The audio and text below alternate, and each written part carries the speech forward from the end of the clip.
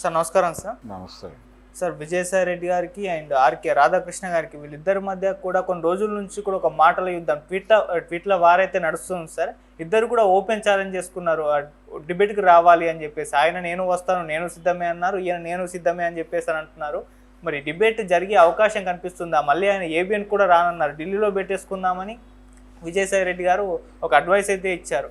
మళ్ళీ వీళ్ళ మధ్య డిబేట్ జరిగే అవకాశం ఉందా? ఏ అంశాల మీద ప్రధానంగా వీళ్ళు డిబేట్ చేస్తారు? మీరు దీని గురించి ఏం చెప్తారు సార్? అంటే కేంద్ర ప్రభుత్వ నిఘా సంస్థలకి మనం అప్లికేషన్లు పెట్టుకుందాం అన్నాడు ఆయన. దరఖాస్తు చేసుకుందాం. దరఖాస్తు దేనికోసం? నా సంపాదనకి సంబంధించి, నా ఎదుగుదలకి సంబంధించి ఏవైనా అక్రమాలు జరిగాయా నా ఈ ప్రయాణంలో అనేది దర్యాప్తు చేసి నేరాలని ఒకవేళ నేను నేరాలు చేశానని ప్రూవ్ అయితే నన్ను కస్టడీలోకి తీసుకోండి, నా ఆస్తులు జప్తు చేయండి అని స్వచ్ఛందంగా ఇద్దరం వెళ్ళి దర్యాప్తు సంస్థలకి మొరపెట్టుకుని దర్యాప్తు చేయించుకుందాం. అంటే అనారోగ్యం వచ్చినప్పుడు ఏదన్నా హెల్త్ బాగోకపోతే బాడీ చెకప్కి వెళ్ళినట్టు అలా మనం ఇద్దరం కలిసి వెళ్ళి చెకప్ చేయించుకుని వద్దాం అనే పరిస్థితుల్లో మాట అన్నాడు ఆయన విజయసాయి రెడ్డి. అయితే వీళ్ళిద్దరి మధ్య గత కొద్ది రోజులుగా నడుస్తున్నటువంటి ట్వీట్ల వారిలో ఒకరినొకరు అవినీతి పరుడుగా ప్రూవ్ చేయడానికి కష్టపడుతున్నారు. ఆ కష్టపడే క్రమంలో ఒకరిని ఒకరు ఓపెన్ చేసే ప్రయత్నాల్లో ఉన్నారు. చాలా యాక్యురసీతో, చాలా ఉత్సాహంతో ఉన్నారు. ఇది ఒక అడుగు, అంటే ఆయన ఒక అడుగు ముందుకేస్తే ఈయన 2 అడుగులు ముందుకేస్తున్నారు. ఒక అడుగును ముందుకేస్తే 2 అడుగులేని 4 అడుగులు కూడా వేస్తాను అని ఇద్దరూ బిహేవ్ చేస్తున్నారు. ఆడిటర్గా జీవితం ప్రారంభించి నువ్వు ఒక ముఖ్యమంత్రి దగ్గర, అంటే జగన్మోహన్ రెడ్డి ఈ మధ్య నాకు కలవటం లేదు రెగ్యులర్గా, నన్ను ఎందుకో కొంచెం అవాయిడ్ చేస్తున్నట్టు అనిపిస్తోంది అని నువ్వు చాలామంది దగ్గర వాపోయావు, ఆ విషయం నాకు తెలుసు అంటున్నాడు ఈయన. అలాగే నేను పత్రిక ప్రారంభించే విషయం ముఖ్యమంత్రికి తెలియదు, చంద్రబాబు నాయుడు ముఖ్యమంత్రి అప్పుడు, ఆయనకు తెలియదు. నేను పత్రిక అంతా పూర్తి చేసుకున్న తర్వాత మాత్రమే వైఎస్ రాజశేఖర రెడ్డికి, ఆ తర్వాత చంద్రబాబుకి చెప్పాను అని వీరు చెప్తున్నారు, రాధాకృష్ణ గారు. రెండోది, నాకు మీలాగా అవినీతి చేసే ఇది ఉంటే ఒకేసారి 23 ఎడిషన్లు ప్రారంభించేవాడిని కదా అని కూడా చెప్తున్నాడు. అది వాస్తవమే. అంటే సాక్షి ఎలా ఏర్పాటైంది, ఎంత బిగ్ స్కేల్లో లాంచ్ అయింది అనేది, అంటే అధికారం ఉంది. అప్పుడు వైఎస్ రాజశేఖర రెడ్డి గారి చేతిలో అధికారం ఉంది. అది కాంగ్రెస్ పార్టీ కోసం, కాంగ్రెస్ పార్టీకి అంకితమై పనిచేసే పేపర్లాగా ప్రొజెక్ట్ చేసి దాన్ని డిజైన్ చేశారు. అయితే అది ఫైనల్గా జగన్మోహన్ రెడ్డి గారి కుటుంబ ఆస్తిగా మారిపోయింది. అయితే ఈ దశలో చాలామంది దానిలో ఉత్సాహంగా పెట్టుబడులు పెట్టే ప్రయత్నము చేశారు. అంటే అప్పటికి కాంగ్రెస్లో ఒక అసహనం ఉండేది. అదేంటంటే మనకి ప్రాపర్ మీడియా లేదు. ఈనాడు అనేది చాలా బలంగా తెలుగుదేశం పార్టీ వైపు నిలబడటం, తెలుగుదేశం పార్టీకి మీడియా సపోర్ట్ ఉండటం వలన మనం దాన్ని ఎదుర్కోలేకపోతున్నాం అనేటువంటి ఒక అసహనం ఉంది. అంటే ఎన్టీఆర్ 2 సార్లు అధికారంలోకి రావటం, చంద్రబాబు వరుసగా 2 సార్లు, అంటే ఎన్టీఆర్ 3వసారి వచ్చిన తర్వాత ఆ 3వసారి అధికారంలోకి వచ్చిన దానిలో సగం నుంచి మొదలుపెట్టి ఆ తర్వాత జరిగినటువంటి 99 ఎన్నికల్లో మళ్ళీ చంద్రబాబు గెలవటం, దీంతో కాంగ్రెస్ పార్టీలో ఒక అసహనం మొదలైంది. నిజానికి 2004లో కూడా ఓడిపోయి ఉంటే ఇంకా దారుణమైన పరిస్థితి ఎదుర్కొని ఉండేది. ఇటువంటి కండిషన్లో వాళ్ళకి మీడియా సపోర్ట్ బలంగా ఉండటం వలన రిపీటెడ్గా వాళ్ళు గెలుస్తున్నారు, ఇన్ఫ్లుయెన్స్ చేయగలుగుతున్నారు ప్రపంచాన్ని అని కాంగ్రెస్ పార్టీ బలంగా నమ్మింది. అంటే లోకల్ కాంగ్రెస్ పార్టీ నాయకులు నమ్మారు, అధిష్టానాన్ని నమ్మించారు. ఒక మీడియా వ్యవస్థను ఏర్పాటు చేయాల్సిన అవసరం ఉంది అని చెప్పి వీళ్ళు మొరపెట్టుకున్నారు కేంద్ర నాయకత్వానికి, సోనియా గాంధీ గారికి. ఆవిడ పెద్ద సీరియస్గా పట్టించుకోలేదు. ఇప్పుడు ఆ స్థాయిలో, అంటే ఈనాడు ప్రారంభమైంది చాలా చిన్న స్థాయిలో ప్రారంభమై అది ఎదిగింది. ఇప్పుడు ఈ స్థాయిలో ఉన్నటువంటి ఈనాడు లాంటి పేపర్ పెట్టడం అనేది కొంచెం రిస్క్తో కూడుకున్న వ్యవహారం అని భావించింది ఆవిడ. ఆ టైంలో వైఎస్ రాజశేఖర రెడ్డి అంత రిస్క్ ఏం కాదు, ఇది ఆర్గనైజ్ చేయొచ్చు, జాగ్రత్తగా ప్లాన్ చేస్తే అది పెద్ద కష్టం కాదు అనేసి ఆయన అధికారం వచ్చిన తర్వాత ఇది డిజైన్ చేశాడు. నిజానికి ఆయన బుర్రలో అంతకుముందే ఒక ఆలోచన ఉంది. అదేంటంటే ఆయన గెలిచినటువంటి 2004 ఎన్నికల్లో ఆయన ఒకవేళ ఆయనకి ముఖ్యమంత్రి పదవి ఇవ్వకపోతే ముగ్గురు పేర్లు వినిపించినాయి అప్పుడు. ఆ ముగ్గురులో ఎవరికైనా ఇచ్చి తనకి ఇవ్వకపోతే కానీ అప్పుడు కాంగ్రెస్ పార్టీ నుంచి బయటకు వచ్చి ఒక ప్రాంతీయ పార్టీ ఫ్లోట్ చేసి అక్కడి నుంచి తన రాజకీయ ప్రస్థానాన్ని ముందుకు తీసుకెళ్ళాలి, దాన్ని ప్రమోట్ చేయడం కోసం ఒక పేపరు ఛానల్ ఆర్గనైజ్ చేయాలని కూడా ఆయన బుర్రలో ఉంది. అయితే లక్కీగా ఆయనకి అధికారం వచ్చింది. ఆయన్నే ముఖ్యమంత్రిగా సీల్డ్ కవర్లో పంపించారు అక్కడి నుంచి. సో తన బుర్రలో ఆల్రెడీ ఉన్నటువంటి డిజైను, పార్టీలో చాలామందిలో ఉన్న అభిప్రాయాన్ని కలిసి ఛానలైజ్ చేసి ఆయన సాక్షి అనేటువంటి ఒక వ్యవస్థని నిర్మించాడు. ఈ నిర్మించటం, ఈ డిజైనింగు, తర్వాత దానిలోకి వచ్చిన పెట్టుబడులు ఎలా వచ్చినాయనేది అందరికీ తెలుసు. దాదాపు ఇదే ఇంకొక స్కేల్లో ఆంధ్రజ్యోతి దగ్గర కూడా జరిగింది. ఇద్దరు రెండు వైపులా జరిగింది అవినీతే చాలా స్పష్టంగా. ఇక్కడ ఒకరు కష్టపడి ఇటుక పేర్చుకోవటం, ఇంకొకరు గాల్లో నుంచి డబ్బులు పుట్టించడం అనేది జరగల. రెండు వైపులా ఏదో ఒక స్కేల్లో ఏదో ఒక అవినీతి జరిగింది. ఈ అవినీతి అంటే అవినీతి అని అంటున్నారు కానీ నిజానికి ఇది అవినీతి కింద కూడా రాదు. ఒక రకమైనటువంటి లైజానింగ్ జరిగింది. అంటే నీకు ఒక కాంట్రాక్టు లేకపోతే మరొక ప్రయోజనము ప్రభుత్వం నుంచి కల్పించినందుకు గాను, నిన్ను అక్కడ ఫెసిలిటేట్ చేసినందుకు గాను నువ్వు చెల్లించినటువంటి లైజానింగ్ ఫీజు ఇక్కడ షేర్లు కొనటమో లేకపోతే పెట్టుబడి పెట్టడమో జరిగింది. సో దీన్ని అవినీతి అని వాళ్ళు అనుకోవట్లేదు, వీళ్ళు అనుకోవట్లేదు.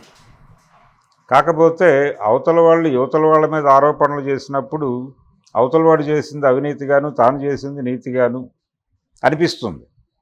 అలా అనిపించడం వలన ఇద్దరు రోడ్డు మీదకి వచ్చేసి వాళ్ళు ఆయన గొడ్డలు ఈయన ఇప్పుతున్నాడు, ఈయన గొడ్డలు ఆయన ఇప్పుతున్నాడు. ఇలా పరస్పరం ఈ డిస్కషను ఢిల్లీ లెవెల్లో పెట్టుకుందాం అంటే ఈయనేమో రమ్మంటున్నాడు డిబేట్కి, తన ఛానల్కి. డిబేట్కి వచ్చిన తర్వాత ఆ లైవ్ కావాలంటే మీరు సాక్షిలో కూడా ఇచ్చుకోండి, నేను పర్మిట్ చేస్తాను అంటున్నాడు. ఈయన ఆఫర్ ఇచ్చాడు. అలా కాదు, నీ ఛానల్కి నేను రావడం ఏంటి, మన ఇద్దరం కలిసి బహిరంగంగా ఇంకెక్కడైనా డిబేట్ పెట్టి దాన్ని ప్రపంచంలో ప్రతి ప్రసార మాధ్యమం లైవ్ ఇచ్చేలాగా చేద్దాం అనేది ఆయన చెప్తున్న మాట. ఇదేది జరగదు. కాకపోతే ఈ ట్వీట్ల యుద్ధం నడుస్తుంది. ఎవరి మద్దతుదారులు వాళ్ళకి పోగుపడ్డారు, ఎవరి మద్దతుదారులు వాళ్ళకు అనుకూలంగా ఆల్రెడీ వ్యాఖ్యానాలు మొదలుపెట్టేశారు. ఇక్కడ ఎవరూ సచ్చీలురు లేరు. ఇద్దరూ కూడా వారి వారి ప్రయాణంలో వాళ్ళ పద్ధతిలో వాళ్ళు డిజైన్ చేసుకుని ఎదిగారు. అంటే విజయసాయిరెడ్డి కంటే కూడా కంపారిటివ్గా విజయసాయిరెడ్డిని సపోర్ట్ చేస్తున్నటువంటి పార్టీ, ఆ పార్టీకి మద్దతుగా నిలబడినటువంటి మీడియా సంస్థలు అవి డిజైన్ చేసినట్లుగా ఆంధ్రజ్యోతి డిజైన్ కాల, అది వాస్తవం. అంటే ఇక్కడ ఈయన కష్టం, ఈయన కృషి ఉంది. అయితే పరిస్థితులు అలా అనుకూలంగా వచ్చేలాగా ఆర్గనైజ్ చేసుకోగలిగాడు ఆయన. పెరిగాడు. అలాగే ఇంకొక మాట మాట్లాడుతున్నాడు ఆయన రిపీటెడ్గా ఈ మధ్య ఈ డిస్కషన్లో. గత ప్రభుత్వాలు రెండు, అంటే ఇక్కడ కేసీఆర్ అక్కడ జగన్ ఉన్నప్పుడు చాలా సఫర్ అయ్యాం మేము, ఆర్థికంగా చాలా ఇబ్బంది పెట్టారు. ఒక దశలో జగన్మోహన్ రెడ్డి నాకు ఒక ఆఫర్ ఇచ్చాడు, ఎంత కావాలి అని అడిగినప్పుడు నేను మీరు ప్రజాస్వామికంగా పరిపాలించండి చాలు అన్నాను తప్ప నేను అడగలేదు. అడుగుంటే కనుక నాకు అది వచ్చేసేది, అది పెద్ద ఇష్యూ కాదు, నీకంటే చాలా పెద్దవాడిని అయ్యేవాడిని నేను, కానీ నేను అలా అంగీకరించలేదు, నేను విలువలకు కట్టుబడి ఉన్నాను అని చెప్తున్నాడు. అయితే ఇబ్బంది పడిన మాట వాస్తవమే. అయితే జ్యోతి ఒక డిజైన్లో వెళ్ళింది. అప్పుడు ఆ డిజైన్ ఏంటంటే కేంద్రంలో భారతీయ జనతా పార్టీ అధికారంలో ఉండటం అనేది ఒక రకంగా కలిసి వచ్చినటువంటి అంశం. ఓకే. కనిపించకుండా ఒక ఆశీర్వాదం నడిచింది. వీళ్ళు కొంత ఆ దిశగా తమని తాము రూపొందించుకున్నారు. ఆ రక్షణ గొడుగు తన మీదకి ప్రసరించేలాగా ఆయన చూసుకోగలిగాడు. అదే ఉపయోగపడింది. అలా తను నిజంగా ఇబ్బంది పడిన మాట వాస్తవమే, కానీ ఆ ఇబ్బంది నుంచి బయటపడటానికి ఆయన మార్గం ఆయనకుంది. అలా ఇబ్బంది పడటం వల్ల దాని ప్రయోజనం తర్వాత పొందొచ్చు అని కూడా అనుకున్నాడు. అది జరుగుతోంది ఎలాగో.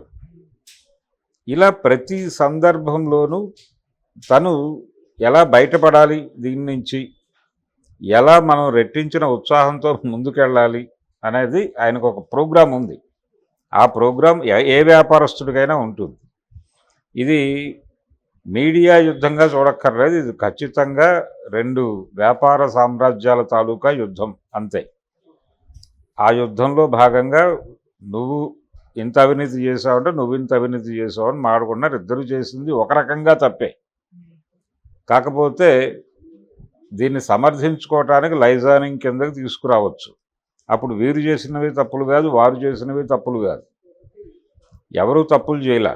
ఎవరి పద్ధతిలో వాళ్ళకు ఉన్నటువంటి శక్తి సామర్థ్యాలను ఉపయోగించుకుని ఈ రకమైనటువంటి సామ్రాజ్యాలు నిర్మించుకోగలిగారు. ఓకే. అంటే మార్కెట్ ఎకానమీ లక్షణమే అది. మార్కెట్ ఎకానమీ లక్షణం ఏమిటంటే పరుగు పందెం వ్యవస్థ మంది. ఈ పరుగు పందెం వ్యవస్థలో ఎవడు పరిగెట్టగలడో వాడు ముందుకెళ్తాడు, పరిగెట్టలేని వాడు కనుమరుగైపోతాడు. ఇది సిద్ధాంతం. ఇక్కడ విలువలు అవి లేవు. అవన్నీ ఉన్నాయని భ్రమ కల్పిస్తారు అంతే. అవి ఏవీ లేవు. స్పష్టంగా నువ్వు పోటీలో పాల్గొని గెలవగలిగితే బతుకుతావు, గెలవలేకపోతే మరణిస్తావు అంతే. యాజ్ సింపుల్ యాజ్ దట్ అంతే. అదే సిద్ధాంతం మీద నడుస్తోంది. అప్పుడప్పుడు అవతల వాడిని విమర్శించాలనుకున్నప్పుడు విలువలు అనేది పట్టుకొచ్చి మాట్లాడతారు.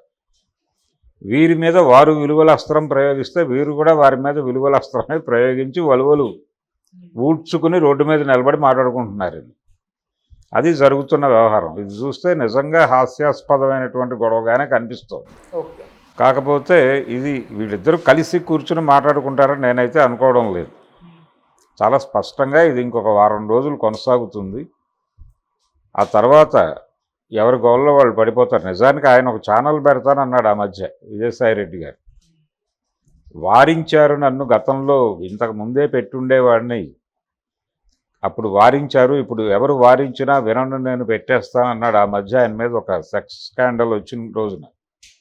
ఆ తర్వాత మరి ఎందుకనో ఆయన వారించినట్టున్నారు. మళ్ళీ ఆ ప్రస్తావన ఎక్కడ చేయట్లేదు ఆయన.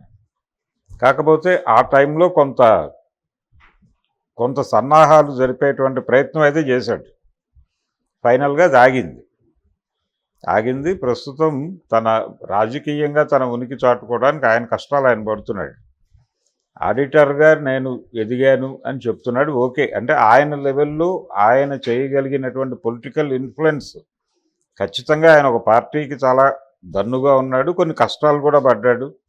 12 నెలలు జైల్లో ఉన్నాడు. ఆ టైంలో ఆయన మీద కొంత బురద జల్లే ప్రయత్నం వీళ్ళు చేశారు. బురద కాదు, వాస్తవంగా ఉన్నవే రాసే ప్రయత్నం చేశారు. వీళ్ళ మీద వాళ్ళు రాశారు. ఇది టోటల్గా ఒక లిబరలైజ్డ్ ఎకానమీలో రెండు వ్యాపార సామ్రాజ్యాలు ఎలా ఏర్పడతాయి, దీనికి సంబంధించి జాగ్రత్తగా చదువుకుంటూ ఉంటే ఈ వివాదం అంతా, ఇది కూడా ఒక ఐ ఓపెనర్ ప్రపంచానికి. కాబట్టి దీన్ని జాగ్రత్తగా స్టడీ చేస్తే ఈ సమాజంలో ఎలా ఎదగాలో మనకు అర్థమవుతుంది. దానికి దీన్ని ఒక కోర్సుగా తీసుకుని అధ్యయనం చేయాల్సిన అవసరం అయితే పిల్లలకు ఉంది. ప్రతిదీ ఇలాంటి కార్పొరేట్ వివాదం ఏదైనా కానీ జాగ్రత్తగా అధ్యయనం చేయదగినటువంటి వ్యవహారమే. ఏదో తిట్టుకుంటున్నారులే మనకెందుకో అనుకోకూడదు. కొంచెం దానిలోకి ప్రవేశించి వీరు ఎలా ఎదిగారు అనేది ఖచ్చితంగా చదివి మనం ఎలా ఎదగాలో ఒక ప్రోగ్రాం డిజైన్ అవుతుంది కనీసం. అందుకని వీళ్ళిద్దరూ కూడా ఒక రకంగా చెరొక వైపున నిలబడి ప్రపంచానికి జ్ఞానబోధ చేస్తున్నారు.